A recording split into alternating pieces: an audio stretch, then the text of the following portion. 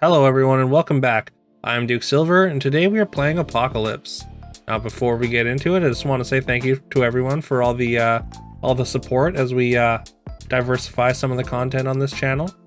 Yesterday I broke my streak of daily SBB video for it was like 400 and something days or something like that. So yeah, seeing the mostly positive reception to the to my Brotato video was very, very nice, and I appreciate it. Of course, like I said, we are still going to be playing Storybook. I'm just going to be interspersing different content with it, basically. So for now, I think I'm just going to alternate. Like I'm going to do like one Storybook video, and then we'll do another kind of video. I've got some more Brotato runs. We've got I've got my dangers 0 through 5 clears to do. Well, I've already done danger 0, so my danger 1 clear will be going up tomorrow. So yeah. Yeah, let's get into this game. We are on 3.0. General, I guess it's like kind of our natural starting point lately. After I finish talking about just random other stuff or whatever. But anyways, so yeah, we gotta roll the dice, which we got three threes in the shop. We're just hoping to hit one of them. The evil queen would be the worst of them, the queen of hearts there. And yeah. We hit the pig, so we're pretty happy about that. And then we take the stag as well. And yeah, we've got a very full board here. This Merlin's board is pretty weak. We did play the egg up front because at this point the egg just didn't really matter. We took it early just to be strong, and it allowed us to get our pig gold. So the we get our 2 gold investment back anyways, and it all just kind of comes out in the wash. And then we take a make a wish or wish upon a star there. And we're still going to get our pig gold. Thanks to that +1/+1 from Roll the Dice, it managed to survive on 1 health, and we also win our extra experience. So we're 2 experience up already. It's 3.2. So feeling pretty good here. And because it's 3.2, we are going to jam this Feasting Dragon. Feasting Dragon is kind of an interesting Apocalypse character in the fact that, in the way that like the effect is very, very good on Apocalypse, but in general, you're not able to take Feasting Dragon. Fortunately for us, we immediately triple our 2 into a Dragon's Nest, making Feasting Dragon literally the best tempo pick for us there, as well as the having a great effect for us in general. So yeah, that works out super well for us. Unfortunately, our pig goes down there, but our Feasting Dragon has a bunch of stats from the stag as well, and we managed to get 3 slays out of that shop, or out of that combat. Sorry. And then we're rewarded with a pair of lightning dragons that have 9 toughness just naturally. So we immediately jam those, and this opponent trying to play a bunch of supports is immediately punished by our 2 lightning dragons. Excuse me. And yeah, we keep seeing gingerbread parties, and I do like to party, especially on Apocalypse, and just in general, of course. But like generally, like you have to kind of party at the end of the turn on Apocalypse because you want to leave your spell slot open for experience, right? So it's you're at kind of a bit of it's a bit at odds with each other where you want both things. Just like the Feasting Dragon, you want to take Feasting Dragons, but generally they don't have enough stats to really justify it. All right, and here it's a little bit awkward, but we're gonna take the Nean just because I mean it's another pair. We wouldn't mind getting treasure set up. We're already 2 experience up, so we don't need to like really dig for experience. But obviously we do want it. But yeah. So we decide to invest in a Nean. There's a lot of level 5. Well, there's a fair amount of level 5 treasures that are going to be really good once we get to level 6. So I figured it was worth it there. Also, we've got a pair of 3s, which we were hoping for a treasure map. Unfortunately, it's not treasure map. It is a fancy pants. And then we get our Nean upgrade here, which is it's going to add a lot of strength to our board. That's a very large Nean. And also, we got these level 5 treasures. Now, both Horn and Ambrosia are excellent. Sophie is actually really good just because of the stats. But Ambrosia, I think, is going to be the thing that we're going to take here. It just works so well with so many different combinations of units at level 6. Like say we get in like an Ashwood in the Ambrosia slot is fantastic. Excuse me. Pumpkin in the Ambrosia slot is obviously incredible. Oni Tyrant can be very, very good. depending on what your setup is. Or like even a support is very, very good. So as long as we find XP next turn, we made sure to play a full board this time. We're not going to concentrate on, we weren't going to concentrate on getting feasting slays there. Instead, we were going to just play the strongest board possible so we can get our pig gold, which it was ambrosia, so it was golden pig gold, and that's going to give us enough gold to roll down and try and find some XP. And we do find it. We had to spend 10 gold to get there, but we do get there, and we might as well gain 5 life while we're at it, putting us up to 48. So yeah, doing pretty well. And unfortunately, this setup is not the best ambrosia setup. What we could do is we could put Oni Tyrant in the ambrosia slot and put Yorm in slot 6. But I figure we'll put the Bearstein in the ambrosia slot. That means it's going to give the good boy an extra +2/+2, and we're just kind of hoping that those extra stats are going to be enough to kind of put Herc over the top. Like, it's 5.0 right now, so like we're not super worried about losing the fight or anything, but we really want to get this Herc treasure. Unfortunately, the good boy has not died yet.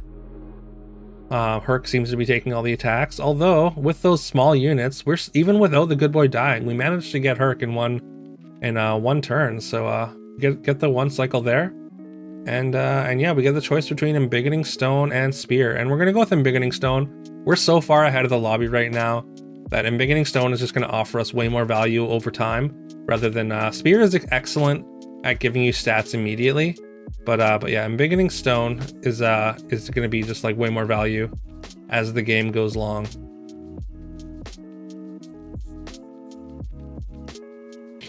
All right, looking at this Court Wizard right now, we've got a couple of royals. Also not entirely sure how we wanna position this. I wouldn't mind putting Robin in the back row, but also I kind of want to put Bearstein in the ambrosia slot again, and we do. And unfortunately, like making that switch was actually very incorrect, because when Bearstein upgrades, or when Ambrosia triggers and makes the good boy a 6 power, it actually steals, or the Empress P steals the Robin Wood buff from us. So if we had the golden Robin, we would have got a good boy that was much bigger. It wouldn't have mattered because we got Omega scammed there. Also, I forgot to mention that somebody was asking to see the tracker while I was streaming, so I had the tracker up on stream, so you can see it here as well. You can see that we were 94% to win that fight, so it's really bad beat there. But I mean, that's scam for you. Also, yeah, we found another Green Knight and another Empress P, so we're able to get rid of the Bearstein and just play a ton of stats. Unfortunately, this Pan's Shadow is not all that large yet. They're not quite on 6, so they haven't found Lordy. It looks like they're building into dwarves. We get our Green Knight triple, which pretty easy Pandora's box over Fancy Pants here. Mimic and Embiggening Stone is very cute. But I think Pandora's box is just gonna be better. There's just so many different great hits for us. And there's another Green Knight, as well as an Echo Wood, and we wouldn't mind an Echo Wood at all. All the stats from the Empress P's going, and also the good boy stats distributing, would make the Echo very, very large. But we do end up passing it there, because I don't think the benefit of the Echo is necessarily enough to lock for. Also very nice of this ghost opponent to have a pig on their board to give us some extra gold here. All right, now we get another shot at Skip here, who was the Omega scam comp from before. We're definitely going to take another Lady of the Lake here. Also, we got Round Table out of our Pandora's box, so yeah, basically like anything that gives us extra toughness now is going to be very, very valuable, especially getting this second Lady of the Lake. So we're going to be able to throw the Empress P's in front of them, and they're going to have a ton of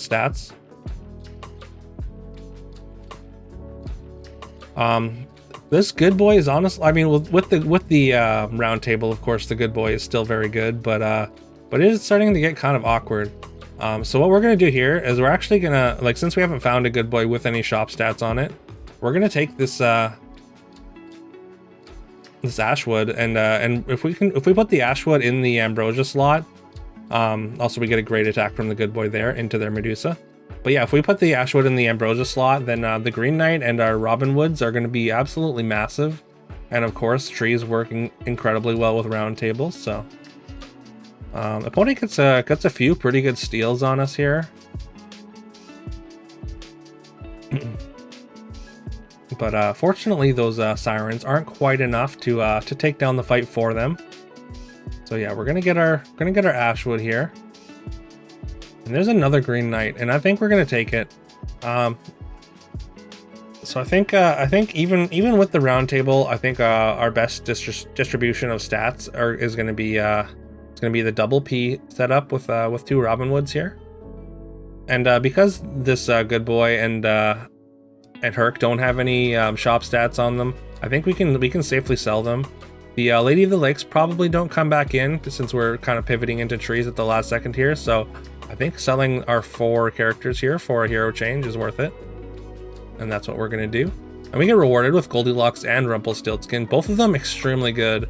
I'm not entirely sure which is better, but we do go with Rumple for the extra 12 gold next turn. I mean, Goldilocks would have given us a full shop of 6s, which, I mean, when you're building a tree comp is absolutely incredible because there's so many trees on 6. Like finding a single Echo Wood, I mean, we kind of dominate them in this combat, but finding a single Echo Wood would have really sealed the deal. But yeah, we get rewarded with a coin in the shop, so we get 26 gold this turn, so we can find some more trees. I considered not even bothering upgrading this Robin Wood, but the fact that they have all those shop stats on it means when they get combined, like the Robin Wood is just extremely large. Right now it's got 75 health, even without the round table buff.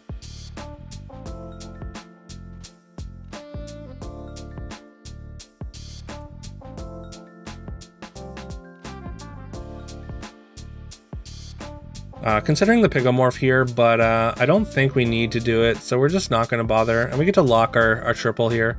I think we're like pretty much in the clear as far as this game goes, but you know, just in case, we'll lock it for the next game. And opponent goes with a 3 puff setup to try and combat our comp. So I don't usually emote when I'm knocking a player out, but I mean, I think they knew the writing was on the wall, and I just wanted to show a little bit of respect for going out on their own terms. Hopefully that's how it was interpreted. So let me know if you enjoyed this video. If you did or found it educational in any way, please leave a like and subscribe if you haven't already. It really helps the channel, and I really appreciate it. We're still going to give away gem codes. I gave away a code for 700 gems on stream yesterday. I just kind of what do you call it? Just impromptu. It wasn't like a setup giveaway or anything. So, but yeah, I figured I should start giving away some of my tournament codes, like especially if we don't know where Storybook Brawl is going to be in a month or whatever. But yeah, again, if we get to 500 subscribers, I will be doing a giveaway for at least 2 700 gem codes. Yeah, I think that's everything. Also, if you want to catch these games live, you can follow me over on Twitch. I streamed Storybook Brawl yesterday, and yeah, I mean, I'll still continue to stream Storybook Brawl, but again, we're gonna intersperse it with different things. That's all. We're still holding out hope that we get some good news about the game shortly, but yeah, until then, we're gonna kind of hedge our bets and just explore other things. But yeah, I hope you all have a great rest of your day, and I will see you tomorrow.